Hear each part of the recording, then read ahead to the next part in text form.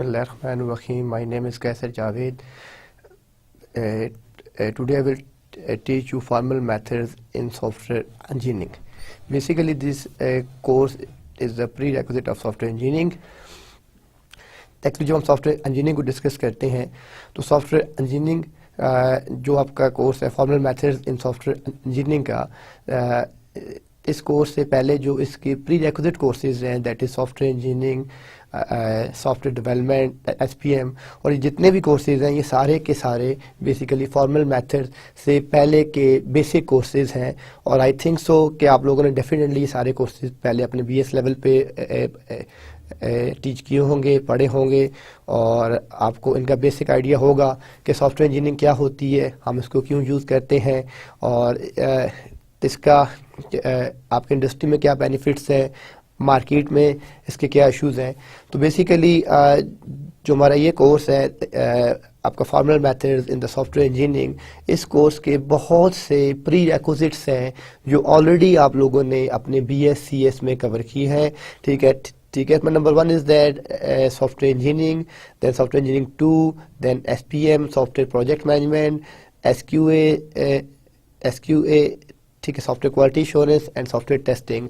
ये जितने भी कोर्सेज हैं ये सारे के सारे प्री रेक्विजिट्स हैं formal methods in software engineering के। और इस कोर्स को हम अभी इस कंप्लीट सेमेस्टर में डिस्कस करेंगे कि फॉर्मल मेथड्स क्या हैं, उनकी टेक्निक्स क्या है, उनको कहाँ कहाँ पे यूज़ किया जा सकता है, किस तरह डिज़ाइन किया जाता है, उसको इम्प्लीमेंट किस तरह किया जाता है और उसका इंडस्ट्री लिंकेज क्या है सॉफ्टवेयर इंजीनियरिंग के साथ। तो सॉफ्टवेयर इंजीनियरिंग की स्ट्रीम का it's a very important course. तो before I start, my name is Kaiser Javed, I am assistant professor and networking department head. I have more than 10 research publications in the software engineering. My area of interest is software engineering, software testing and quality assurance, computer networks and security, formal methods and usability engineering. ये मेरा different area है जिसमें मैं last 15 year से काम कर रहा हूँ। ठीक है, सॉफ्टवेयर को डिज़ाइन किस तरह किया जाता है, सॉफ्टवेयर को टेस्टिंग किस तरह किया जाता है और सॉफ्टवेयर की डिप्लॉयमेंट किस तरह की जाती है। तो इंडस्ट्री लेवल का अराउंड जो है 15 ईयर्स मैंने काम किया है। इन My qualification is that I did my BS computer science in 2002, then I did my MS CS in 2004 and then I did my MBA telecom management and right now I just submitted my PhD CS thesis. So I'm also Microsoft certified trainer and Cisco certified academy instructor in this field. On the industry side, I did 65 international courses in that Cisco CCIE, CCNP, CCDP and CCSP। ये different courses हैं जो मैंने because to different इसमें streams होती हैं, एक purely आप का एकेडमिक्स होता है और एक आपकी इंडस्ट्री होती है। तो इंडस्ट्री में आपके पास जितने भी कोर्सेज हैं, लाइक अगर हम बात करते हैं सॉफ्टवेयर इंजीनियरिंग में तो इसमें आपकी क्वालिटी एश्योरेंस की बहुत सी ट्रेनिंग्स हैं, आपकी सॉफ्टवेयर टेस्टिंग की बहुत सी ट्रेनिंग्स हैं, आपकी सॉफ्टवेयर डिज़ाइनिंग की बहुत सी ट्रेनिंग्स हैं, आपकी सॉफ्टवेयर डेवलपमेंट की बहुत सी ट्रेनिंग्स हैं। तो उन इंटरनेशनल कोर्सेज को अचीव करने के लिए डिफरेंट वेंडर्स हैं, ठीक है, उनके डिफरेंट कोर्स फेयर्स हैं, उन कोर्स फेयर्स को पढ़ा जाता है, उसके बाद उनके पेपर्स होते हैं, टेस्टिंग होती है। तो ये सारी की सारी डिफरेंट जो मार्केट है, ठीक है, उसमें डिफरेंट कोर्सेज हैं। तो मैंने तकरीबन इसमें 65 कोर्सेज किए हुए हैं, ठीक है, जिसमें सिस्को भी है, जिसमें माइक्रोसॉफ्ट भी है, जिसमें डेटाबेसेस भी है। तो सिस्को में CCIE, then CCNP and CCDP and CCSP, ये डिफरेंट कोर्सेज हैं जो मैंने अपने जो है इस फील्ड में किया हुआ है। Then in the field of Microsoft, I did MCSE, Microsoft Certified System Engineering, then MCDBA, Microsoft Certified Database Administrator, then MCSA, Microsoft Certified System Administrator और MCSD। जिस तरह भी हम ये सॉफ्टवेयर इंजीनियरिंग की बात कर रहे हैं तो जितनी भी आपकी सॉफ्टवेयर डिज़ाइनिंग होती है, ठीक है, सॉफ्टवेयर टेस्टिंग होती है, सॉफ्टवेयर को डिज़ाइन किस तरह करना है, सॉफ्टवेयर को टेस्ट किस तरह करना है, सॉफ्टवेयर के क्या क्या इश्यूज़ हैं, उन तमाम इश्यूज़ को किस तरीके से आपने इंडस्ट्री में एड्रेस करना है, ठीक है, वो सारी चीज़ें मोस्टली अगर हम देखें तो इंडस्ट्री साइड के ऊपर जो कोर्स है that is known as MCSD, Microsoft certified solution developer. ये कोर्स है जो प्योरली इंडस्ट्री के लिए डिज़ाइन किया गया है, और जितनी भी आपकी सॉफ्टवेयर की डिज़ाइनिंग होती है या इम्प्लीमेंट होती है, इसमें मोस्टली हम डिफरेंट लैंग्वेज यूज़ करते हैं। तो ये जो कोर्स है ये काफ़ी यूज़फुल होता है जब आप इंडस्ट्री में सॉफ्टवेयर की डेवलपमेंट करते हैं या डिज़ाइन करते हैं या इम्प्लीमेंट करते हैं। My job experience that after my BS, I joined as a operation manager in the key solution 2003 से 4। तो जब मैं यहाँ पे ऑपरेशन मैनेजर था तो इनकी जितनी भी सॉफ्टवेयर की डिज़ाइनिंग थी, ठीक है, ऐसा रहता कि सॉफ्टवेयर को कि एक जो आपका यूज़र है उसकी आपने रिक्वायरमेंट किस तरह लेनी है, उस सॉफ्टवेयर की स्पेसिफिकेशन क्या है, उसकी टेस्टिंग किस तरह करनी है, उसके क्वालिटी एट्रीब्यूट किस तरह डिज़ाइन करने हैं, सॉफ्टवेयर की प्रोसेस मैनेजमेंट किस तरह करनी है, उस तमाम सॉफ्टवेयर को मार्केट के साथ और यूज़र की रिक्वायरमेंट के साथ इंटीग्रेट किस तरह करना है। तो integration management, configuration management, testing, quality assurance, deployment, ये सारी चीज़ें, इन तमाम चीज़ों का रिस्पॉन्सिबल था इन द की सॉल्यूशंस। और की सॉल्यूशंस में मैं 2003 से जो है 2004 तक रहा। उसके बाद मैंने ज्वाइन कर लिया as a manager networks PTC 2004 से 2005 तक, और इसके बाद मैंने इंटरनेशनल इस्लामिक यूनिवर्सिटी ज्वाइन की as a project manager. It's a 70 million project जिसके अंदर पूरी यूनिवर्सिटी का सॉफ्टवेयर, डेटाबेस, नेटवर्क, इंटरनेट, ये जितना भी डिज़ाइन था ये सारे का सारा मैंने कंप्लीट किया।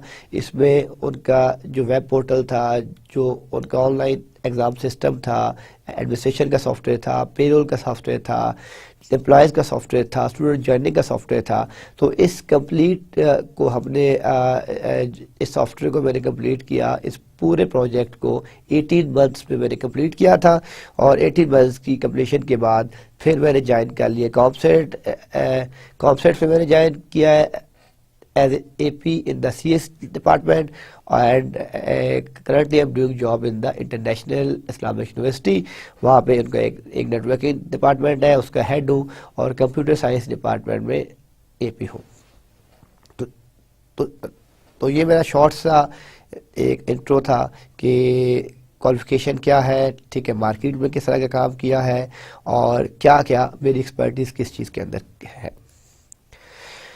जो हमारी इस कोर्स की ग्रेडिंग पॉलिसी है, इसमें क्विज़ेज़ हैं, ठीक है, क्विज़ेज़ का वेटेज 10% है, देन इसमें असाइनमेंट्स हैं 10%, देन मिड टर्म एग्ज़ाम 1 है, मिड टर्म एग्ज़ाम 2 है, और इसमें फाइनल एग्ज़ाम है। इसको हम सेशनल एग्ज़ाम 1 भी कहते हैं और सेशनल एग्ज़ाम 2 भी कहते हैं। टोटल जो हमारा इस कोर्स का या जो मार्क्स की आपकी डिस्ट्रीब्यूशन बनेगी दैट इज़ 100। तो इस कोर्स में आपका रोल क्या होगा, योर रोल, ठीक है, you will actively participate in the class, contribute links and any other interesting material you think will help yourself or other student। ठीक है, recall I am one person, you are many and will likely discover resources that I have not encountered। देखिए जो knowledge है it's not limited कि मैं आपको जो teach कर रहा हूँ आप समझें कि सिर्फ और सिर्फ ये है, इस तरह नहीं है। सॉफ्टवेयर इंजीनियरिंग की एक बहुत वास्ट फील्ड है और इसमें लॉट ऑफ मटेरियल, और आज से अगर आप 10 साल पहले देखें तो आपके पास जितना भी नॉलेज था, जितनी भी चीज़ें थी, वो सारी की सारी मैनुअल डाटा होता था, मैनुअल चीज़ें थी, आपके पास बुक्स थी, आपको लाइब्रेरी स्टडी करना पड़ता था। अभी आपके पास जो रिसोर्सेज है, there are lot of resources in the software engineering. For example आपका विकिपीडिया है, आपका गूगल है, आपका सर्च इंजन है, आप वहाँ पे अपनी डिफरेंट टाइप की आपकी डिजिटल बुक्स है, आपकी PDF बुक्स आ गई, आपकी HTML बुक्स आ गई। तो ये जितना भी डाटा है ये सारे का सारा ऑनलाइन डाटा अब आपको अवेलेबल हो गया है। और टीचर की ये मेरी जो भी बेस्ट एफर्ट ये होती है कि जो लेटेस्ट मटेरियल हम इसमें कवर कर सकें। लेकिन नॉर्मली हो क्या रहा है कि अगर फ़र्ज़ किया मैंने एक हम इस कोर्स में एक बुक अगर यूज़ कर रहे हैं वो अगर 2010 की है या 2012 की है, तो उसके बाद वाइड भी इसमें आपकी रिसर्च, आपका मटेरियल और काफ़ी ज़्यादा मार्केट में आ चुका है और चीज़ भी है। तो इसके साथ साथ ये है कि जो हम जो कोर्स कवर कर रहे हैं आप उस बुक को भी फॉलो करें और इंटरनेट को भी यूज़ करें, ताकि आपके पास जो लेटेस्ट केस स्टडीज़ है, जो लेटेस्ट डाटा है, आप उसको भी कवर कर सकें, आप उसको भी स्टडी कर सकें और आप अप टू डेट रहे इस फील्ड के अंदर कि इसके अंदर इस टाइम तक कौन सी लेटेस्ट बुक्स आई है, कौन सा लेटेस्ट डाटा है, वो आपके पास अप टू डेट होना चाहिए। तो हम इसके अंदर एक्चुअली किसी भी कोर्स की कुछ टेक्स्ट बुक्स होती हैं और कुछ रेफरेंस बुक्स होती हैं। रेफरेंस बुक्स की कोई लिमिट नहीं है, हम चाहे 5 भी कर सकते हैं, 10 भी कर सकते हैं, there is no limit of reference books. लेकिन ये है कि कोशिश ये की जाती है कि जो बेस्ट रेफरेंस बुक हो जिसमें आपको मैक्सिमम डाटा आपका या कोर्स सिलेबस कवर किया जा सके। तो जो इसमें टेक्स्ट बुक्स है उसमें जो फर्स्ट बुक है, ठीक है, यूजिंग जेड स्पेसिफिकेशन, ठीक है, ये जेड स्पेसिफिकेशन की एक बुक है जो gym Woodcock and gym Davis की इसके ऑथर्स है। ये इसकी एक फर्स्ट टेक्स्ट बुक है जो हम इस कोर्स में यूज़ करेंगे।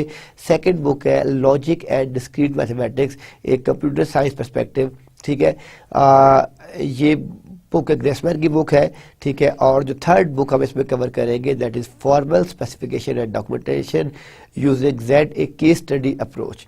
अब एक्चुअली मैंने आपको पहले ही बताया कि formal methods in software engineering ये डिफरेंट कोर्सेज का कम्बिनेशन है। लाइक इसमें सॉफ्टवेयर जो आपकी इस कोर्स में आपकी सॉफ्टवेयर इंजीनियरिंग भी कवर होगी, SPM भी कवर होगा, ठीक है।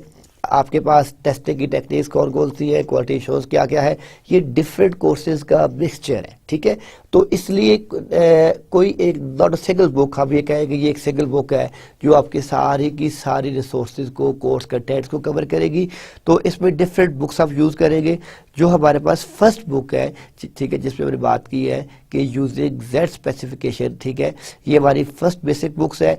दूसरा, आप लोगों ने BS में डिस्क्रीट मैथमेटिक्स का कोर्स पढ़ा होगा, ठीक है, आप लोगों ने न्यूमेरिकल कंप्यूटिंग पढ़ा होगा। तो ये डिफरेंट कोर्सेज हैं जो इसके प्री रेक्विजिट्स हैं, लेकिन फिर भी जहाँ पे आप लोगों को चीज़ें समझ नहीं आएगी वो हम इस कोर्स में डिस्कस करेंगे। क्योंकि इस कोर्स में जो फॉर्मल मेथड्स है, कि मेथड का मतलब क्या है, सेट ऑफ सर्टेन रूल्स, ठीक है, set of pre defined rules, उन रूल्स को आपने किस तरह इम्प्लीमेंट करना है, ठीक है, उस रियल सॉफ्टवेयर इंडस्ट्री के ऊपर, सॉफ्टवेयर डिज़ाइनिंग के ऊपर, सॉफ्टवेयर इम्प्लीमेंटेशन के ऊपर। तो जो हमारे पास इसमें फर्स्ट बुक है वो तो आपकी जेड स्पेसिफिकेशन की, कि जिसके अंदर आपके प्रूफ्स हैं, रूल्स हैं, मैथमेटिकल इंडक्शंस हैं, वो देखी जाएगी। और सेकंड में हम डिस्क्रीट मैथमेटिक्स को देखेंगे कि उसकी लॉजिकल क्या है। लेकिन डिस्क्रीट मैथमेटिक्स जो आप लोगों ने पहले कवर किया है वो आपने माइंड भी, ठीक है, with respect to mathematics cover किया होगा। अभी हम इसको कंप्यूटिंग के हवाले से, सॉफ्टवेयर जो आपकी इंजीनियरिंग है उसके पर्सपेक्टिव कवर करेंगे कि कंप्यूटिंग और सॉफ्टवेयर इंजीनियरिंग का जो आपका लिंक है वो जेड स्पेसिफिकेशन के साथ किस तरह है, उसका लिंकेज किस तरह होना चाहिए, वो हम कवर करेंगे। और थर्ड जो है, जो इसमें रियल बुक है जिसको हम डिस्कस करेंगे, कि आपके पास जो भी केस स्टडीज़ है, बेसिकली हम जब भी कोई फॉर्मल मेथड डिज़ाइन करेंगे, हम कोई सॉफ्टवेयर डिज़ाइन करेंगे, हम उसकी इम्प्लीमेंटेशन की तरफ जाएंगे, तो उसमें ये बहुत ज़रूरी है कि उसकी डिफरेंट केस स्टडीज़ हो। तो ये जो बुक है ये कम्प्लीटली केस स्टडी अप्रोच है। इसमें डिफरेंट केस स्टडीज़ ली गई है, उन केस स्टडीज़ को रियल तरीके से डिज़ाइन किया गया है, डिप्लॉय किया गया है, उसको इम्प्लीमेंट किया गया है। अब उन केस स्टडीज़ को किस तरह डिज़ाइन किया गया, उसके रूल्स क्या हैं, उनको डिप्लॉय किस तरह किया गया, उसकी इम्प्लीमेंटेशन किस तरीके से की जा रही है, ये जितनी भी चीज़ें हैं ये सारी की सारी हम इसमें डिस्कस करेंगे। कि ये एक केस स्टडी अप्रोच है, कि केस स्टडी जो आपकी अप्रोच है कि डिफरेंट, जिसके अंदर हम डिफरेंट केसेस को देखते हैं कि कौन सा केस किस तरह वेरी करता है, किस केस को किस तरीके से डिज़ाइन करना है, किस केस को किस तरीके से आपने डिप्लॉय करना है। तो ये बेसिकली, ठीक है, we will cover will cover these 3 books, ठीक है। और इसमें जो लाइकली सबसे बेस्ट जो बुक है वो आपकी थर्ड वन है, जिसमें आपके पास रियल प्रैक्टिकल आपकी केस स्टडीज़ है, आपके सिनेरियोज है और उनको लिंक किया गया है। तो ये तो हमारे पास 3 बुक्स है जो टेक्स्ट बुक्स है, ठीक है, इनको कवर करेंगे। और इसमें जो रेफरेंस बुक है द लॉजिक बुक, ठीक है, and discrete mathematics for computing, ये आपकी थॉमसन की है और ये आपकी करेल की है। ये 2 बुक्स जो हैं ये हम इसके अंदर इसमें यूज़ करेंगे, रेफरेंस बुक के तौर के ऊपर यूज़ करेंगे कि रेफरेंस बुक में हम जो है कुछ टॉपिक्स हैं, कुछ आर्टिकल्स हैं, माइट भी कि एक्चुअली डिस्क्रीट मैथमेटिक्स का एक कंप्लीट कोर्स है जो आप लोग ऑलरेडी पढ़ चुके होंगे, लेकिन माइट भी कुछ स्टूडेंट्स को कुछ चीज़ें उसमें जो है प्रॉपरली उन्होंने कवर ना की हो या उनको समझ ना आई हो या वो कंफ्यूज्ड हो। तो दैट्स वाई जब हम यहाँ पे अपने इस कोर्स को कवर कर रहे हैं तो वो कन्फ्यूजन को कवर करने के लिए, उस टॉपिक को रिकॉल करने के लिए, फॉर रिकॉलिंग, ठीक है, we can use discrete mathematics for the computing for this course. So problems in software development, हम हमने एक्चुअली देखना है कि why we need formal methods in the software engineering, what are the requirements of formal methods in the software engineering, how we can implement formal methods in the software engineering, what are the advantages and disadvantages of the formal methods, so what are the major requirements of the formal methods. So before start this course, first we will focus what are the major problems in software development. Okay, which problems we are facing in the software development. So हम जब भी कोई software design करते हैं, अगर आप software engineering को call करें तो हम उसमें एक SRS डिज़ाइन करते हैं, ठीक है, सिस्टम रिक्वायरमेंट स्पेसिफिकेशन। एक्चुअली क्या होता है, फॉर एग्जांपल आप एक शॉपकीपर के पास जाते हैं, उसका एक मेडिकल स्टोर है, ठीक है, वो आपको ये कहता है कि मुझे एक सॉफ्टवेयर चाहिए। अब उसने अपनी रिक्वायरमेंट्स बता दी, लेकिन being a software designer, being a software developer, being a software architect, it's your duty कि अब आप उसकी रिक्वायरमेंट्स फाइंड करें कि एग्जैक्टली व्हाट ही और शी वांट्स, एक्चुअली वो क्या चाहते हैं। तो वो जो आप एक रफ डॉक्यूमेंट या जो आप उससे गैदरिंग करते हैं उसको हम कहते हैं, उसको हम डिफरेंट टाइटल दे सकते हैं, ठीक है।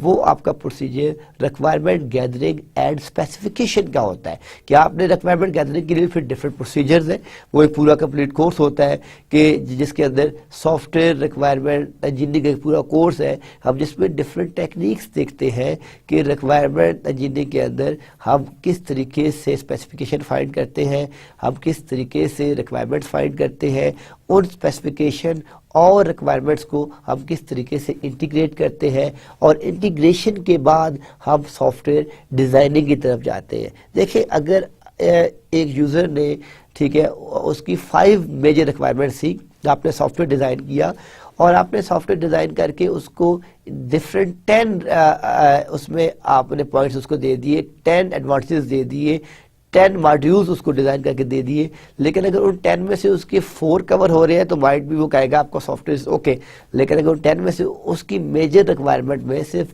2 मॉड्यूल्स या 2 रिक्वायरमेंट्स कवर हो रही है तो डेफिनेटली वो उसको अप्रूव नहीं करेगा, ऑल्दो आपने उसमें एक्स्ट्रा काम किया है। तो यहाँ पे हमने क्या देखनी है कि हमने क्लाइंट की बाउंड्रीज देखनी है कि what are the major requirement of for that software, कि क्लाइंट, ठीक है, what are she wants exactly, client को क्या चीज़ चाहिए, क्लाइंट किस तरीके से सॉफ्टवेयर डिज़ाइन करना चाह रहा है, क्लाइंट किस तरीके से उसको इम्प्लीमेंट करना चाह रहा है।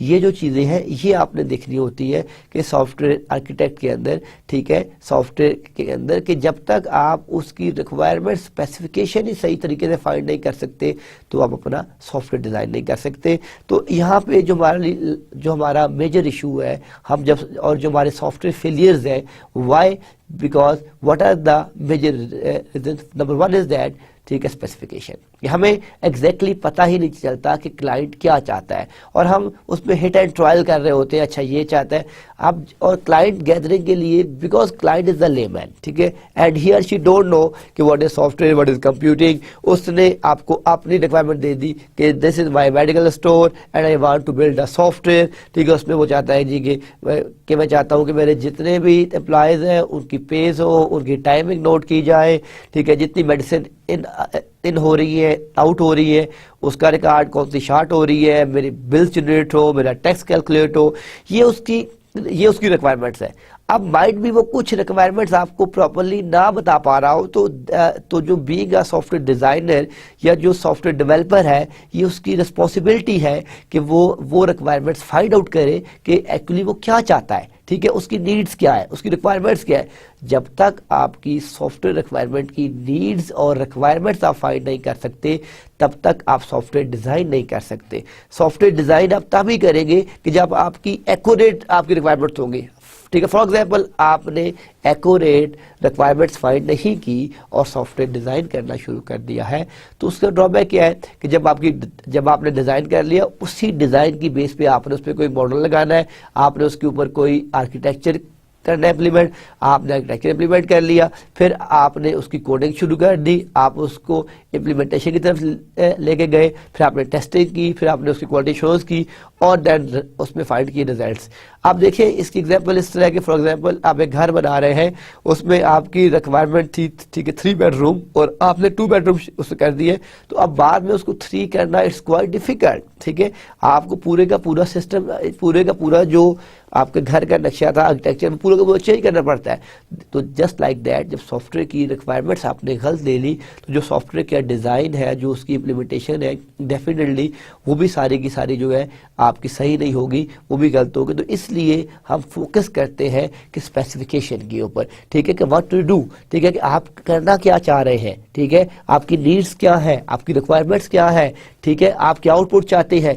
ये चीज़ें हम देखते हैं अपनी स्पेसिफिकेशन के अंदर, कि जो हमारी स्पेसिफिकेशन है, हम स्पेसिफिकेशन के बेस के ऊपर जाके करते हैं। तो यहाँ पे हम देख रहे हैं कि प्रॉब्लम इन सॉफ्टवेयर डेवलपमेंट में क्या है। नंबर 1, एस फॉर, मैंने यहाँ पे एस को नोट कर रहा हूँ, एस फॉर स्पेसिफिकेशन। एस आपकी स्पेसिफिकेशन है कि व्हाट टू डू, आपने क्या करना है, आप क्या करना चाह रहे हैं। अब इस स्पेसिफिकेशन के ऊपर आप कंस्ट्रक्ट करेंगे, ठीक है। मैंने अभी आपको जो सारी बात बताई है कि जब आपने उसकी नीड्स को फाइंड आउट कर लिया है, then you will go for construction. Like आपने घर बनाना है, तो सबसे पहले उसका एक मैप होगा, मैप के ऊपर उसका एक डिज़ाइन होगा।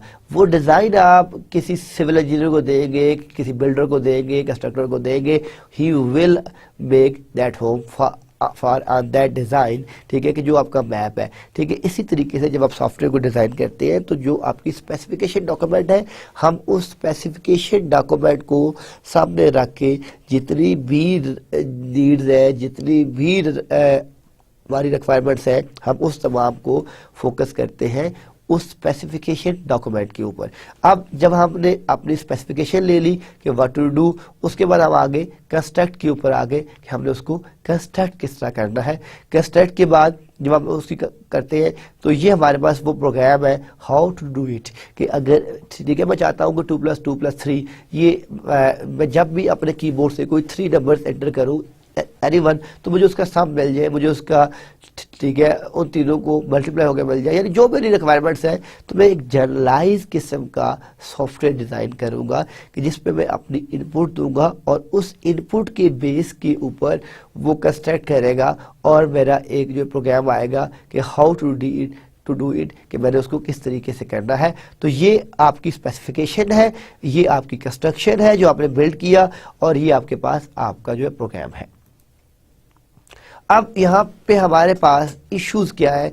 First issues that how to ensure that S is not ambiguous. देखिए एम्बिगुअस मीन्स कि जो आपके पास लेजिटिमेट है, ठीक है, आप इस चीज को हाउ यू विल इंश्योर कि एस जो है वो आपका जो है वो आपका प्रॉपरली लेजिटिमेट है, ठीक है, so that it can be correctly understood by all the people involve, ठीक है। अब यही बात है कि इस चीज़ को इंश्योर कैसे किया जाए कि जो आपकी स्पेसिफिक, अभी जो बात पे जो मैं अभी आपको थोड़ी देर पहले यही बात बता रहा था कि स्पेसिफिकेशन को भी आपने किसी तरीके से उसको महीने तो करना है, चेक तो करना है कि वो लेजिटिमेट आपकी रिक्वायरमेंट्स है भी कि नहीं है, ठीक है। उसकी लेजिटिमेट को चेक करने के लिए, फाइंड करने के लिए, तो जो फर्स्ट क्वेश्चन हमारे माइंड में आता है, जो फर्स्ट चीज़ हमारे ध्यान में आती है, वो ये आती है कि how ensure that S is not ambiguous so that it can be correctly understood by all the people involved. Second जो इसमें क्वेश्चन यहाँ पे राइज होता है, how can S B effectively use for inspecting and testing P, कि अब जो हमारी स्पेसिफिकेशन थी हमने उसके ऊपर एक पूरा एक सॉफ्टवेयर डिजाइन कर दिया, एक प्रोग्राम लिख दिया, अब उसकी इंस्पेक्शन और टेस्टिंग किस तरह होगी, ठीक है, हम उसको किस तरीके से इफेक्टिवली यूज कर सकते हैं for the inspection and the testing, ठीक है। डेफिनेटली हमें ये तो देखना है ना कि क्लाइंट की ये 5 मेजर रिक्वायरमेंट्स थी, हमने एक सॉफ्टवेयर डिजाइन किया, सॉफ्टवेयर डिजाइन करने के बाद ये उसका रिजल्ट है, क्या ये वो 5 मेजर रिक्वायरमेंट्स फुलफिल कर रहा है उस क्लाइंट की या नहीं कर रहा, ठीक है। ये यहाँ पे जो आपका क्वेश्चन बनता है, हाउ कैन एस बी जो वो आपका किस तरीके से इफेक्टिव है use for P implementation and testing, ठीक है। तो ये आपका सेकंड इशू आता है कि आपने उसकी इंस्पेक्शन और टेस्टिंग किस तरह करनी है। And thirdly, how can software tools effectively support for the analysis of S. अब जो फर्स्ट यहाँ, ठीक है, इस क्वेश्चन में जो है जो इसमें 3 रूल्स है। फर्स्ट क्या है कि वो उसका एनालिसिस, सेकंड ठीक है, transformation from S to P, ठीक है, and third verification of P against S. अब ये जो भी हमने सारी बातें की है ये उसको टेक्निकल वर्ड में हमने लिख दिया कि how can software tools effectively support the analysis of S, transformation from S to P and verification P against S। So इसको मैं एक्सप्लेन करता हूँ आपको कि देखें कि हमने ये देखना है कि अब जो आपकी स्पेसिफिकेशन है, ठीक है, वो जो आपका एनालिसिस है वो टूल वो, ठीक है, फॉर एग्जांपल आप एक लो लेवल प्रोग्राम बनाना चाह रहे हैं तो वो अगर उसके लिए टूल C++ है या C है, आप उसको VB में स्टार्ट कर दें तो माइट भी वो रिजल्ट्स ना आ सके, आप उसको उस तरीके से इम्प्लीमेंट ना कर सके। तो अब हमने ये देखना है कि जो उसका एनालिसिस है, ठीक है, वो किस तरीके से करना है, वो कितना इफेक्टिव है, ठीक है, जो हमने स्पेसिफिकेशन ली है वो स्पेसिफिकेशन हमारी कितनी इफेक्टिव है उस टूल के लिए, उसको यूज करने के लिए, उसके रिजल्ट के लिए। सेकेंड चीज क्या है कि transformation from S to P, हम उस स्पेसिफिकेशन को जब ट्रांसफॉर्म करते हैं अपने प्रोग्राम में, and what is program, they have set up certain predefined rules for the calculation for the result, ठीक है। तो वो जो कैलकुलेशन है उसको यूज करने के लिए हमने जो हमने ट्रांसफॉर्म किया है वो ट्रांसफॉर्मेशन किस तरीके से हुई है। And last and verification of P against S, कि जो हमने उसको वेरीफाई करना है पी के अगेंस्ट एस, वो किस तरीके से करना है, ठीक है। तो ये हमारे पास जो 3 मेजर इसमें है, नंबर फर्स्ट इसमें एनालिसिस आ गया, ट्रांसफॉर्मेशन आ गई, और थर्ड क्या आ गया, वेरिफिकेशन आ गई। तो ये हमारे सॉफ्टवेयर डेवलपमेंट के इश्यूज हैं, ठीक है। अब हम इनको मिनिमाइज तो कर सकते हैं, ठीक है, लेकिन अगर आप ये कहेंगे इसको हम 0 लेवल पे ले आए, इट्स नॉट पॉसिबल, ठीक है। क्यों कि आप जितना भी अच्छी रिक्वायरमेंट ले, माइट भी क्लाइंट ही कुछ चीज़ें तो क्लाइंट आपको बताना भूल जाए और कुछ आप खुद मिस कर दें, तो कहीं ना कहीं कुछ स्पेसिफिकेशन मिस हो सकती है। आप एक्यूरेसी की तरफ तो जा सकते हैं, लेकिन अगर आप ये कहें कि आप 100% एक्यूरेसी की तरफ जा सकते हैं तो सो इट्स नॉट पॉसिबल, ठीक है। लेकिन हम अपनी सॉफ्टवेयर बिल्डिंग, बल्कि आप अगर सर्वे करें तो वर्ल्ड में, ठीक है, ओनली 5 to 10% ऐसे प्रोजेक्ट्स हैं जो सक्सेसफुली कंप्लीट हुए हैं, वरना सबसे बड़ा इशू क्या है, टाइम बार हो जाती है, ठीक है। टाइम आपके पास 2 years है, उसमें 3 years लग गए, 4 years लग गए। तो जो रियल इशू है सबसे मेजरली जो आपके सॉफ्टवेयर का, आपके प्रोजेक्ट्स का फेलियर है, वो आपका है टाइम, ठीक है। तो यहाँ पे हम अपनी जो नीड्स हैं, जो रिक्वायरमेंट्स हैं, उसको कम तो कर सकते हैं, मिनिमाइज तो कर सकते हैं, लेकिन अगर आप ये कहें कि हम उसको बिल्कुल 0% में ले आए तो ये पॉसिबल नहीं है। तो ये 3 इश्यूज थे जो आपके सॉफ्टवेयर डेवलपमेंट में नॉर्मली आते हैं, ठीक है। हम इसी को अब यहाँ से कैरी ऑन करते हैं।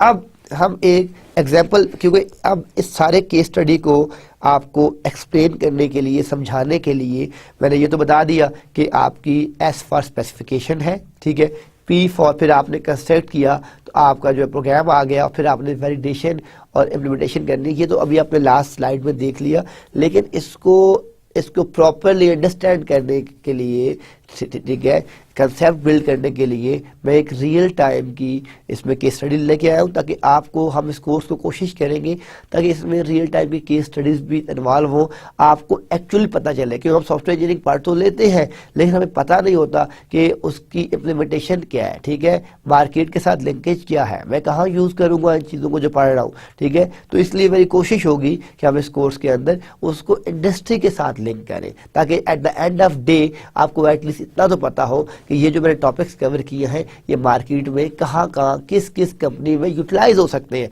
वरना मैथमेटिक्स आपको इसमें कवर करवा दूँ, आपको सारी थ्योरी कवर करवा दूँ, लेकिन अगर आपको उसकी उसका लिंकेज नहीं पता, आपको उसका यूज़र ही नहीं पता, तो फिर आपके लिए डिफिकल्ट हो जाएगा। तो हम इसके अंदर ये चीज़ डिस्कस करेंगे कि हमें उसको कवर किस तरह करना है और लिंक किस तरह करना है। तो यहाँ पे हमारे पास एन एग्जाम्पल ऑफ इनफॉर्मल।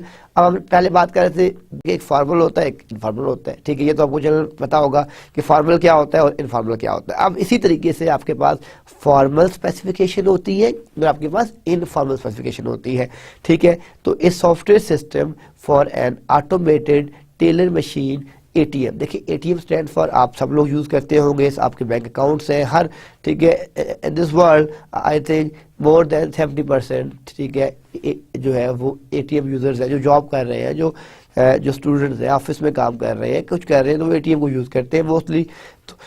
तो ATM stand for automated teller machine needs to provide services on various accounts, ठीक है। देखिए अब आपके पास जो एटीएम, हम क्या क्या काम कर सकते हैं, कैश विड्रॉ कर सकते हैं, आजकल कुछ मशीन ऐसी है जो कैश सबमिट भी कर लेती है, ठीक है, हम बैलेंस ट्रांसफर कर सकते हैं, हम अपने अकाउंट की मिनी स्टेटमेंट ले सकते हैं, हम फंड ट्रांसफर कर सकते हैं, हम उसमें हम अपनी यूटिलिटी बिल पे कर सकते हैं।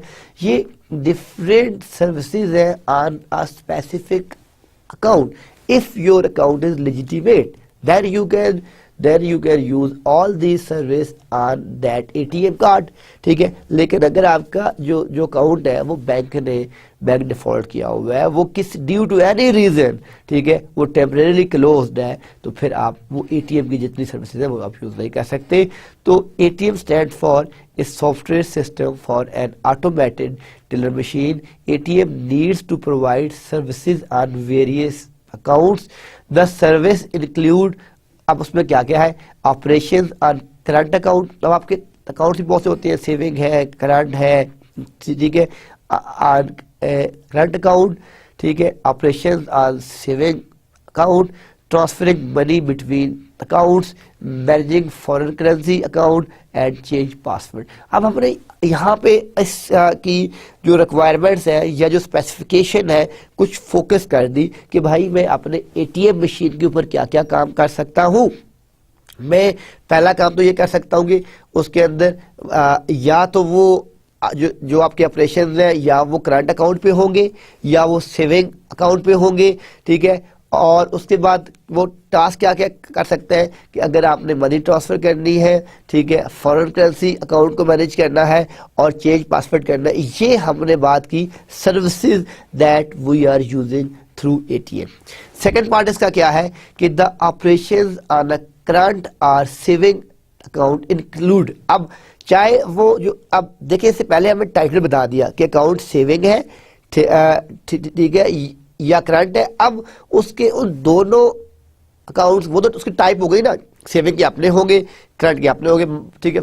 फॉर एग्जांपल जिस तरह अगर हम पाकिस्तानी बैंकिंग को देखें तो इन द पाक बैंक्स क्या होता है कि अगर आप अपना करंट अकाउंट लेते हैं तो उसमें कोई आपको मार्कअप तो नहीं मिलता, लेकिन आपके पे ऑर्डर, आपकी चेक बुक्स, आपके ऑनलाइन ट्रांसफर, उसमें आपको बेनिफिट दिए जाते हैं, कहीं बिल्कुल फ्री है, कहीं भी आपके पास चार्जेस कम है।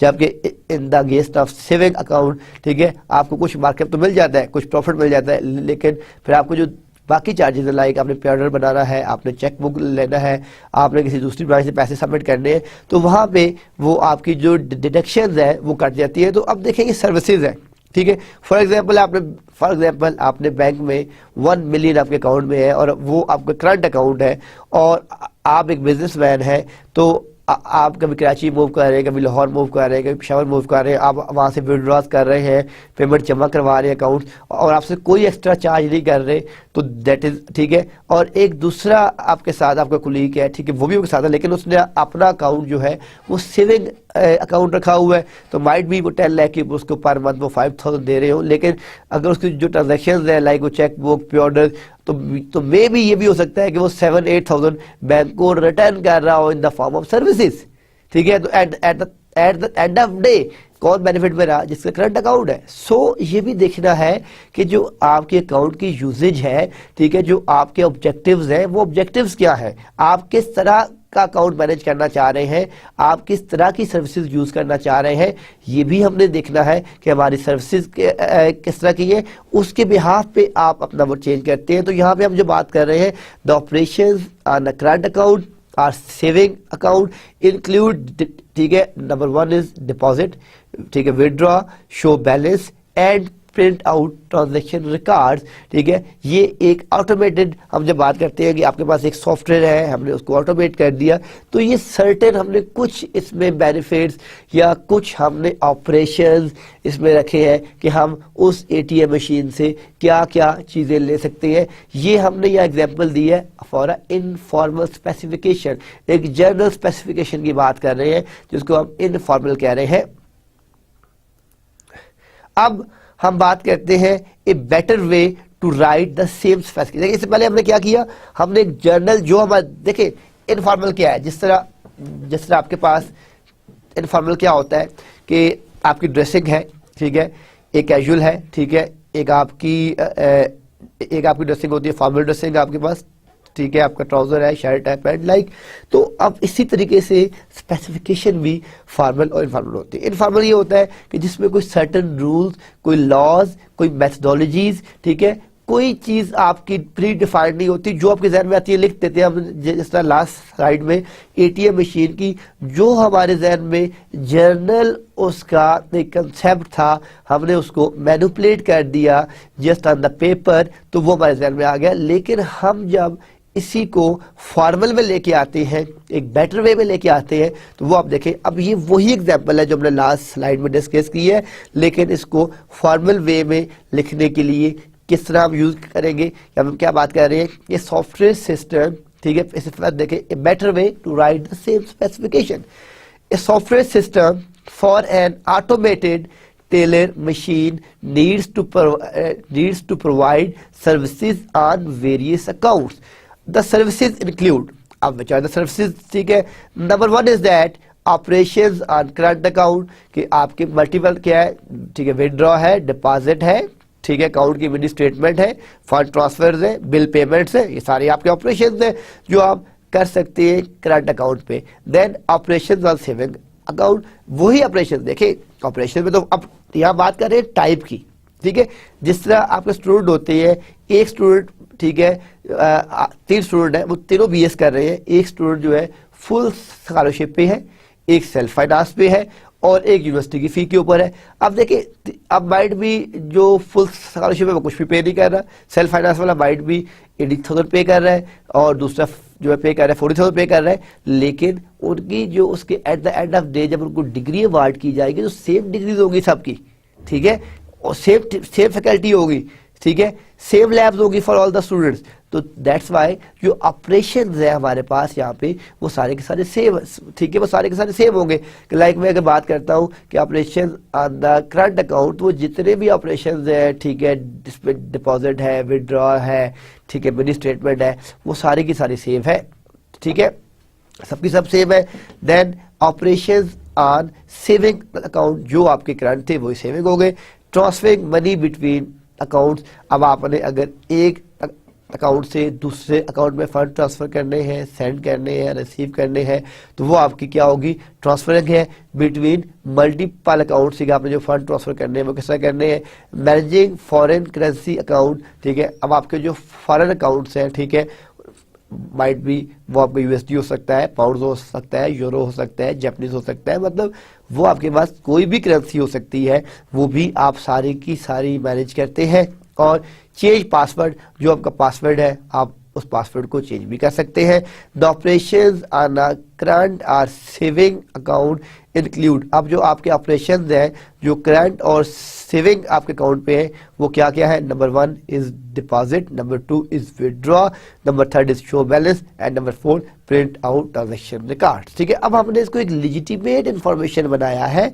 ठीक है, एक कंप्यूटराइज सेशन में इसको बनाया है कि हम क्या क्या कर सकते हैं। नंबर 1, हम उसमें डिपॉजिट कर सकते हैं, हम विड्रॉ कर सकते हैं, हम अपना बैलेंस शो कर सकते हैं और अपनी उस तमाम ट्रांजेक्शन का जो रिकॉर्ड है उसका प्रिंट आउट ले सकते हैं।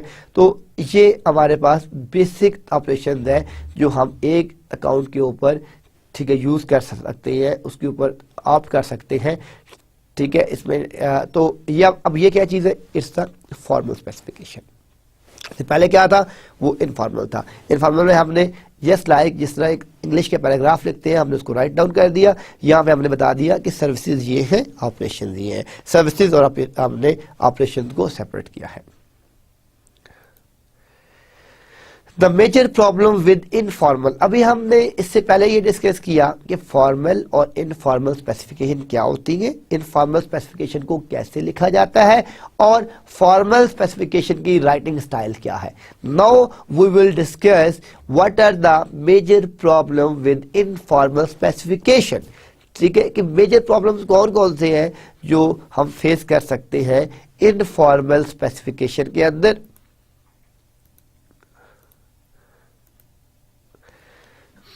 अब इसमें जो मेजर प्रॉब्लम्स है, फर्स्ट जो प्रॉब्लम है हमारे पास, ठीक है, इनफॉर्मल स्पेसिफिकेशन के अंदर जो फर्स्ट प्रॉब्लम है, informal specification are likely to be ambiguous which is likely to cause misinterpretations. ठीक है, अब जो आपकी इनफॉर्मल है वो जो आपकी डाटा जो हम लेते हैं, जो डाटा रीड कर रहे हैं वो एम्बिगुअस है, वो एक जनरलाइज बात है, हम उसमें कोई स्पेसिफिक नहीं कर रहे। ठीक है जी, मैंने एक अकाउंट ओपन करना है, इट्स अ जनरल स्टेटमेंट। भाई कौन सा अकाउंट ओपन करना है?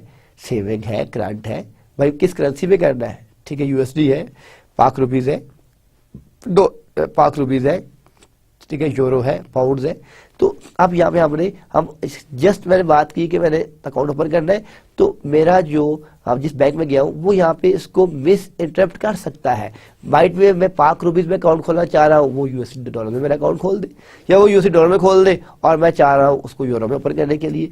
तो फर्स्ट जो प्रॉब्लम है कि आपकी जो इनफॉर्मल स्पेसिफिकेशन होती है वो आपकी एम्बिगुअस हो सकती है। ठीक है, और वहां से हम आपकी मिस इंटरप्शन जनरेट हो सकती है। Informal specification are difficult to use for inspection and testing of programs because of the big gap between the functional description in the specification and the program structure. ये जो हमारे पास second point है कि informal specification are difficult to be use. देखिए, जब हमने उसकी इंस्पेक्शन करनी है, हमें टेस्टिंग, तो जब आपके पास कोई प्री डिफाइंड प्रॉपर रूल्स ही नहीं है, ठीक है, मैंने एक सॉफ्टवेयर बनाया है, अब मैंने अगर उसके कोई प्रॉपर सर्टेन, ठीक है, कंप्यूटिंग के कोई रूल्स ही डिफाइन नहीं किए कि मैंने फर्स्ट स्टेप में क्या करना था, मैंने सेकंड स्टेप में क्या करना था, मैंने थर्ड स्टेप में क्या करना था, मेरा फोर्थ स्टेप क्या था, तो वो जो है मिसलीड हो सकता है। तो इसलिए, क्योंकि देखिए इनफॉर्मल क्या है कि जो आपके ब्रेन में है और आपने उसको कॉपी में जस्ट एक पेपर पे लिख लिया, राइट डाउन कर लिया कि जी मैं एक सॉफ्टवेयर बनाना चाहता हूँ, ठीक है, जो ये काम करेगा, ये काम करेगा, लेकिन आपने उसकी कोई properly terms and condition define नहीं की। तो जो इनफॉर्मल स्पेसिफिकेशन है ये डिफिकल्ट है to be used for inspection, और उसको टेस्टिंग करना, उसकी स्पेसिफिकेशन करना, ये आपका काफ़ी डिफिकल्ट है। ठीक है, और इसलिए ये फंक्शन, अब आपके पास सॉफ्टवेयर इंजीनियरिंग में दो तरह की रिक्वायरमेंट्स होती है, there two types of the, ठीक है, number 1 is the functional requirement and second is the non functional requirement. ठीक है, फंक्शनल जो सिस्टम के साथ डायरेक्टली इन्वॉल्व होती है और नॉन फंक्शनल जो डायरेक्टली इन्वॉल्व नहीं होती सॉफ्टवेयर के साथ, सिस्टम के साथ। तो यहाँ पे दूसरा इशू क्या है कि टेस्टिंग का इशू। जब आप अपनी रिक्वायरमेंट्स को, अपनी तमाम चीज़ों को टेस्ट करेंगे तो एक आपके पास जो उसकी डिस्क्रिप्शन है वहाँ पे जो आपका एरर रेट है that should be increase. So this is a second issue of informal specification. Third क्या है कि informal specification are difficult to be analysed for their consistency and validity. कि देखिए आप, मैं अभी जो पहले बात कर रहा था कि जो इनफॉर्मल है वो आपने लिख तो दी है, जिस तरह अगर आप बैक स्लाइड में जाएं, ठीक है, जाके देखिएगा, ठीक है, स्लाइड नंबर 11 में भी जो हमने डिस्कस किया, ठीक है, नाउ 13, तो 11 के ये क्या किया था कि हमने स्पेसिफिकेशन को जस्ट एक जर्नल राइटअप में लिख दिया, ठीक है। हमने सिंपल सी ये बात कर दी कि ये आपकी स्पेसिफिकेशन है, उसको हमने नोट डाउन कर दिया, हमने कोई उसके डिटेल नहीं लिखा, उसके बारे में कुछ चीज़ें नहीं बताई कि वो किस तरह काम करेंगी, क्या काम करेंगी। तो जो आपके पास इंफॉर्मेशन है, ठीक है, वो जो हमने उसको एनालाइज किया, इट्स क्वाइट डिफिकल्ट, ठीक है, क्योंकि हमने तो एक जनरल पैराग्राफ में बता दिया, हमने कोई, अब जो आपका डेवलपर है, फॉर एग्जांपल D1 है एक डेवलपर, D2 आपका डेवलपर 2 है और D3 आपका डेवलपर 3 है। अब D1 कुछ एक्स्ट्रा, ठीक है, कुछ वहां से अज्यूम कर सकते हैं, D2, हर एक की अपनी परसेप्शन है ना, हर एक अपने नॉलेज, अपने डिजाइन, अपनी स्टडी के मुताबिक उस स्पेसिफिकेशन को फाइंड आउट करने की ट्राई करेगा। दैट्स वाई वहाँ पे जो आपका उसका एनालाइजेशन होगी वो कितनी कंसिस्टेंट है और कितनी वैल्यू, यानी उसको ये देखना कि वो कंसिस्टेंट है कि नहीं, और उसकी वैलिडेशन करना हमारे लिए क्वाइट डिफिकल्ट है। इसलिए जो हमारे पास थर्ड पैरामीटर है कि informal specification are difficult to be analysed for their, कि वो कंसिस्टेंट है ये वैलिडेट, क्योंकि उसको वैलिडेट कौन करेगा, because we have no mechanism for those type validations. So that it's a third problem कि जब हम उसको एनालाइज करते हैं तो हमें उसमें डिफरेंट टाइप के इश्यूज मिल सकते हैं। और देन आपके पास क्या है, informal information specification are difficult to be supported by software tools in their analysis, transformation and management, example search, change and, ठीक है। अब ये आपके पास फोर्थ इशू है कि इसमें जो आपके पास इनफॉर्मल होती है कि उसमें हमें जो हमारे लिए इशू क्या होता है कि लाइक जो हमने उसमें कोई प्रॉपरली मैथड यूज नहीं किया, आपने कोई रिकॉर्ड सर्च करना है, कोई चेंज करनी है, रीयूजेबिलिटी, आपने एक मॉड्यूल बनाया है, आपने उसको रीयूज करना है। तो ये जितनी चीज़ें हैं, ठीक है, जिसमें आपके पास सर्चिंग है, आपका एनालिसिस है, ठीक है, ये सारी की सारी उसमें काफ़ी डिफ़िकल्ट होती हैं, ठीक है। तो ये जितने भी एट्रीब्यूट हैं, सर्चिंग का, चेंजेस का, डिलीशन का, अपडेशन का, रीयूजेबिलिटी का, ठीक है, ये जो भी ऑपरेशंस हैं ये आपको इनमें इशू आ सकता है। तो ये हमारे पास मेजर प्रॉब्लम से फॉर इनफॉर्मल स्पेसिफिकेशन। अब ये इन सारे इश्यूज को हमने देखा, ठीक है, कि भाई फॉर्मल मेथड्स क्या है, इनफॉर्मल मेथड्स क्या है, और इफ वी विल यूज और opt informal method, so what are the major problems और what are the major disadvantages if we will use informal methods, ठीक है, वो हमने देखे। Now a possible solution, I'm not saying a solution to this problem, I'm saying a possible, might be ये एक solution हो सकती है, but not necessary कि ऐसा ही है। That's why I used a possible solution to these problems, ठीक है। I'm not saying like that कि a solution to these problems, I'm saying a possible solution to these problem। तो वो हम देखते हैं कि कौन कौन सी possibilities है इन प्रॉब्लम्स को सॉल्व करने के लिए, सॉल्यूशंस क्या है, हम किस तरीके से इनको सॉल्व कर सकते हैं, ठीक है। तो एक पॉसिबल सॉल्यूशन हम देखते हैं to these problems. First is that formal methods, just use formal methods, because अभी हमने यही डिस्कस किया फॉर्मल मेथड्स। तो ये जो कोर्स अभी हम डिस्कस कर रहे हैं, formal methods in software engineering. So अभी पहले मैंने आपको इसको स्टार्ट किया, सॉफ्टवेयर इंजीनियरिंग का बताया, सॉफ्टवेयर इंजीनियरिंग क्या होती है, स्पेसिफिकेशन का बताया, हम जनरल चलते आए, फिर हमने रिक्वायरमेंट्स देखी कि भाई आपकी जो आपकी फॉर्मल मेथड्स है और जो नॉन फॉर्मल मेथड्स है।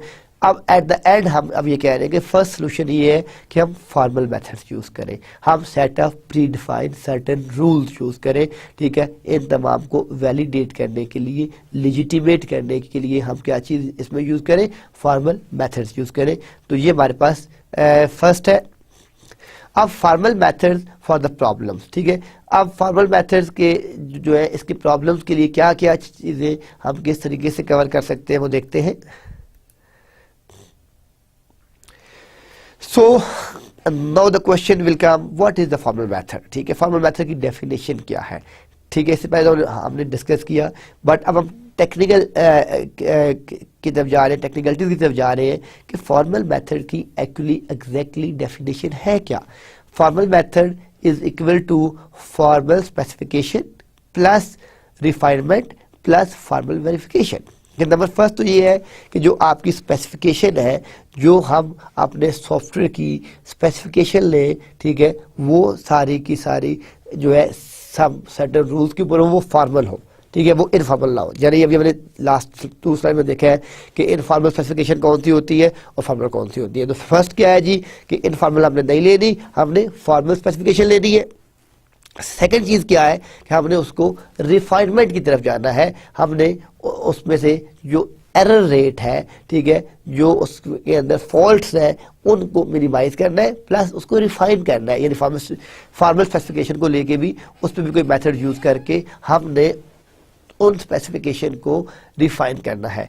और रिफाइनमेंट के बाद हम फॉर्मल वेरिफिकेशन के जो हमने अपनी रिफाइनमेंट कर ली है, अब इसको वेरीफाई भी करना है कि इसमें एक्यूरेसी क्या है, क्या ये वही स्पेसिफिकेशन है जो हमने ली है। तो formal the definition of formal method is known as formal specification plus refinement and plus formal verification. तो ये आपके पास फॉर्मल मेथड होता है।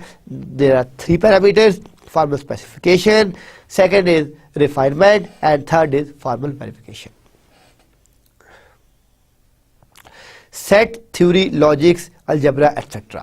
अब हम इसके अंदर क्या है कि नंबर 1 आपकी थ्योरी है, लॉजिक्स क्या है, ठीक है, जो आपके जिस तरह आपने पढ़े होंगे, आपने DLDA कोर्स पढ़ा होगा, डिजिटल लॉजिक डिज़ाइन का कोर्स पढ़ा होगा, उस पर डिफरेंट गेट्स पढ़े होंगे, and gate, NAND gate, or gate, ठीक है, एड ऑपरेशन, आर ऑपरेशन। आपने बूलियन अलजबरा पढ़ा होगा, क्योंकि कंप्यूटिंग के अंदर सिर्फ 2 ही चीज़ें हैं, या 1 या 0, ठीक है, आपके 2 ही ऑपरेशन हैं, ठीक है, 1 एंड 0, ठीक है। जितनी बिट्स है बेसिकली क्या हो रहा होता है, हम अभी जब टाइप कर रहे हैं, ठीक है, फॉर एग्जांपल अभी आप चैट कर रहे हैं, आप एक मैसेज टाइप करते हैं हेलो, ठीक है, वो दूसरे मैसेज में पहुंच गया, ये आपकी इन्फॉर्मेशन थी। आप जब इस इन्फॉर्मेशन या आप एक लेटर टाइप कर रहे हैं वर्ड के अंदर, वो आपने टाइप किया, सेव करने के बाद आपने उसको USB में डाला, अब आपका डाटा बन गया। इससे पहले वो आपकी इन्फॉर्मेशन थी, इन्फॉर्मेशन के बाद आपका डाटा बन गया, डाटा बनने के बाद वो आपके सेगमेंट्स बनेंगे, ठीक है। सेगमेंट्स क्यों बनते हैं कि अगर आपका लार्जर डाटा है वो आपका ट्रांसमिट नहीं हो सकता,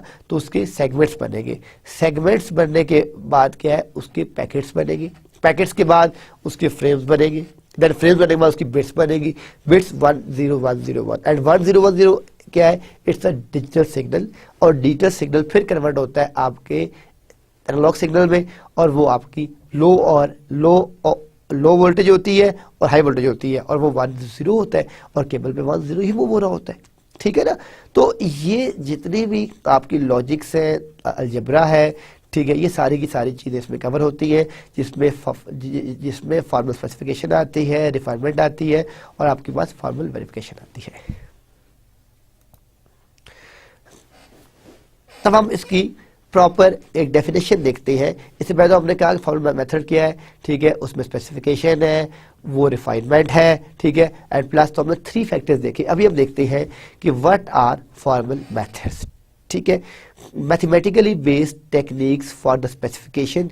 अब जितनी भी आपकी टेक्निक्स हैं, ठीक है, जो आप इसमें यूज़ कर रहे हैं, वो सारी की सारी आपकी मैथमेटिकल बेस्ड टेक्निक्स है, ठीक है, for the specification, development and verification of software and hardware systems. तो अब यहाँ पे जो हम डेफिनेशन कर रहे हैं कि मैथमेटिकल बेस्ड टेक्निक्स, जितनी भी टेक्निक्स हैं वो मैथमेटिकल बेस्ड है, यानी यहाँ पे कोई आपके पास जिस तरह आपके पास डिस्क्रीट मैथ है, उसमें बहुत से आपके लॉज हैं, ठीक है, बहुत से मेथड्स हैं, हम उनको यूज़ करते हैं। इसी तरीके से फॉर्मल जो फॉर्मल मेथड्स हैं, ठीक है, उसकी जो हम डेफिनेशन करते हैं कि मैथमेटिकल बेस्ड जो आपकी टेक्निक्स हैं for the specification, development and verification of software and hardware system. तो इसमें हम इन सारी टेक्निक्स को देखते हैं, उसमें स्पेसिफिकेशन भी देखते हैं, डेवलपमेंट भी देखते हैं, वेरिफिकेशन भी देखते हैं, सॉफ्टवेयर हार्डवेयर की ये सारी डिटेल देखते हैं। तो ये सारे के सारे आपके फॉर्मल मेथड्स हैं। तो ये डेफिनेशन बहुत सिंपल सी डेफिनेशन है कि mathematical based techniques for the specification, development and verification of software and hardware, यानी वो सॉफ्टवेयर सिस्टम के लिए भी यूज होगा। बेसिकली देखिए, आपके पास एक कंप्यूटिंग ट्रायंगल होती है और कंप्यूटिंग ट्रायंगल के 3 पैरामीटर्स हैं। फर्स्ट पैरामीटर आपका होता है आपका यूजर, सेकंड आपका हार्डवेयर, थर्ड सॉफ्टवेयर। देखिए अब यहाँ पे ये सिस्टम पड़ा हुआ है, सॉफ्टवेयर भी है, अगर यूजर ना हो तो ये हार्डवेयर और सॉफ्टवेयर जस्ट यूजलेस है। अब आपके पास ये यूजर भी पड़ा हुआ है, आपके पास लैपटॉप भी है लेकिन उसमें सॉफ्टवेयर नहीं है, तब भी यूजलेस है, ठीक है। आपके पास यहाँ पे यूजर भी है, आपके पास सॉफ्टवेयर की सीडी भी है लेकिन लैपटॉप नहीं है, तब भी यूजलेस है।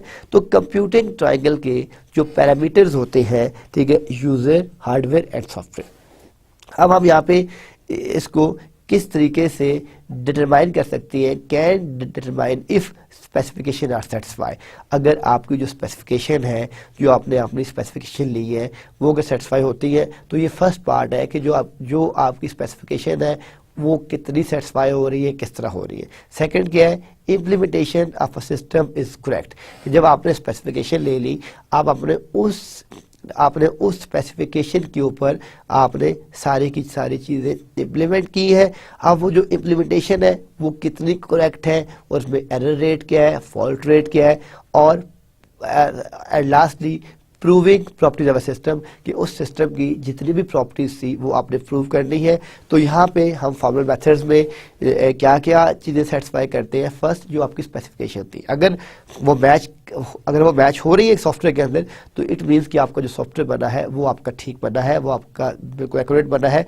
लेकिन अगर आपकी वो स्पेसिफिकेशन ही मैच नहीं हो रही तो फिर आप इट मीन्स कि आपका जो सॉफ्टवेयर है, जो आपकी आउटपुट है वो करेक्ट नहीं है। सेकंड क्या है, implementation of a system is correct, कि जो आपकी इम्प्लीमेंटेशन है वो आपने किस तरीके से इम्प्लीमेंट किया, कौन सा मेथड लगाया, क्या यूज़ किया, वो करेक्ट है कि नहीं। एंड थर्ड क्या है, proving properties of a system, एक सिस्टम की जो प्रॉपर्टीज है उसको आप किस तरीके से प्रूव कर सकते हैं, ठीक है, बेहतर कर सकते हैं।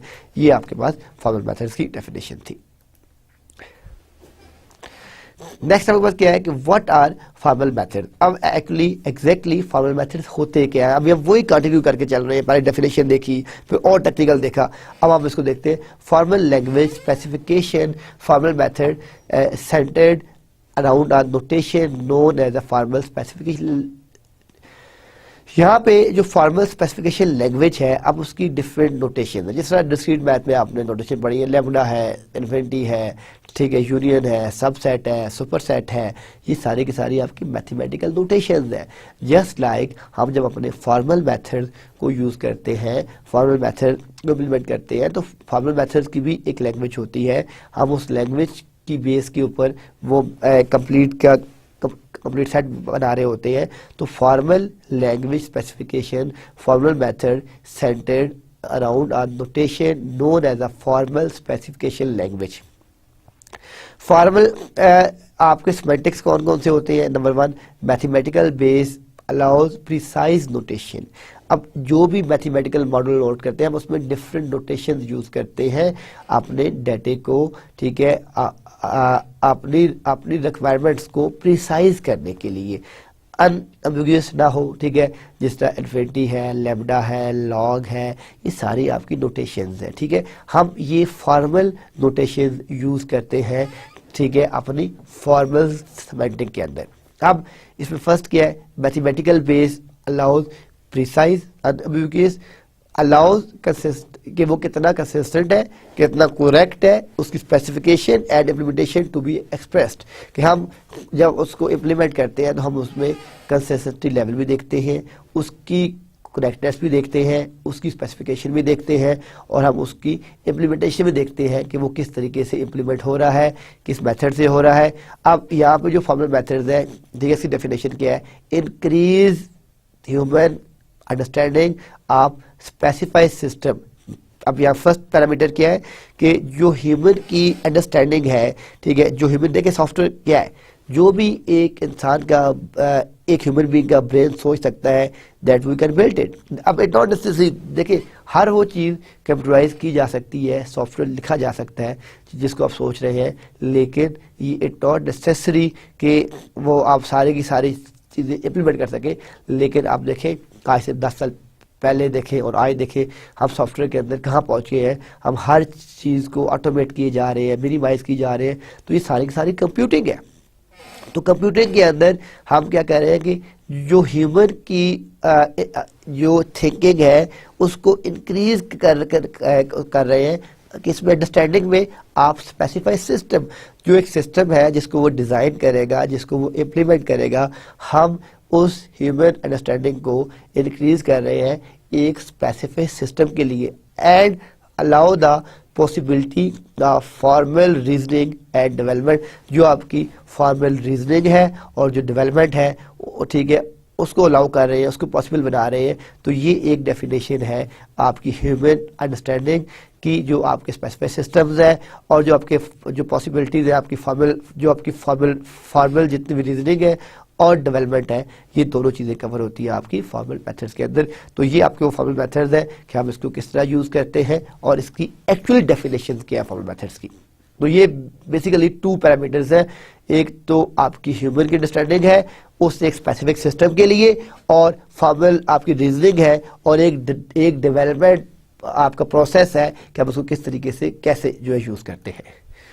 अब हमारे पास यहाँ पे 3 लेवल्स ऑफ फॉर्मल मेथड्स हैं। हम इसके अगर हम अपने लेवल देखें तो यहाँ पे हमारे पास 3 लेवल्स हैं फॉर्मल मेथड के।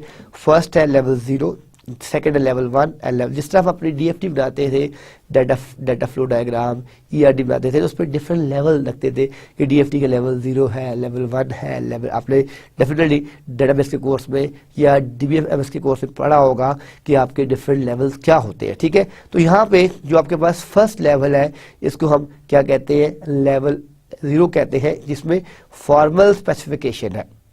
तो लेवल 0 में फॉर्मल स्पेसिफिकेशन में क्या है कि सिर्फ हम अपनी रिक्वायरमेंट्स गैदरिंग करते हैं, नो एनालिसिस, नो प्रूफ, ये कॉस्ट इफेक्टिव है। ठीक है, ये जो फर्स्ट 3 स्टेप्स हैं कि इसमें हम उसकी सिर्फ और सिर्फ रिक्वायरमेंट्स लेते हैं, कोई एनालिसिस नहीं करते, कोई मैथमेटिकल प्रूफ नहीं करते, और एक कॉस्ट आपका इफेक्टिव है। सेकंड क्या करते हैं लेवल 1 में, produce a program in a more formal method, कि एक ऐसा प्रोग्राम बनाते हैं जो बेहतर तरीके से आपका इम्प्लीमेंट हो सके। और इसमें हम क्या करते हैं कि use proofs of properties or requirement formal, यहाँ पे हम अपने प्रूफ भी यूज करते हैं, वो मैथमेटिकल प्रूफ भी हो सकते हैं, ठीक है, उसकी प्रॉपर्टीज भी हो सकती है। हम उन तमाम को प्रॉपरली उस सिस्टम में यूज करते हैं, उन तमाम स्पेसिफिकेशन को लिंक करते हैं। थर्ड, ये आपका कॉस्टली है, तो ये आपके पास यानी ये आपका लेवल 1 है। और लेवल 2 क्या है, थ्योरम प्रूफ। यहाँ पे हम क्या करते हैं कि उनको यूज द थ्योरम प्रूवर, हम यहाँ पे उसको मैथमेटिकल जो थ्योरम्स होते हैं उसको हम बाकायदा उसके साथ लिंक करके उसको प्रूव करते हैं। ये फुली फॉर्मल मशीन होते हैं, यानी ये फुली जो आपकी फॉर्मल मशीन होती है वो चेक करती है, उन प्रूफ को लिंक करती है, और ये एक्सपेंसिव, ठीक है, एक्सपेंसिव होते हैं, hard and often costly, formally prove the entire system. तो अब ये देखिए कि हमने इसको 3 लेवल्स में डिफाइन किया।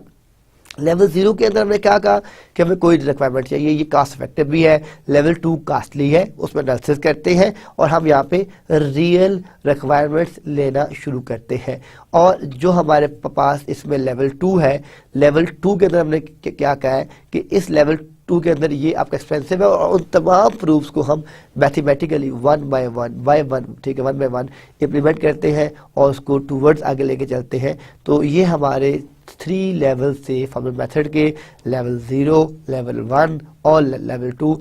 तो इंशाल्लाह ताला हम अपनी नेक्स्ट क्लास में यहाँ से कंटिन्यू करेंगे कि फॉर्मल मेथड्स को इन 3 लेवल्स के ऊपर किस तरह डिज़ाइन किया जाता है, किस तरह डिप्लॉय किया जाता है और किस तरह उसको इम्प्लीमेंट किया जाता है। तो इंशाल्लाह ताला नेक्स्ट लेक्चर से हम यहाँ से स्टार्ट करेंगे। तब तक के लिए अल्लाह हाफिज़।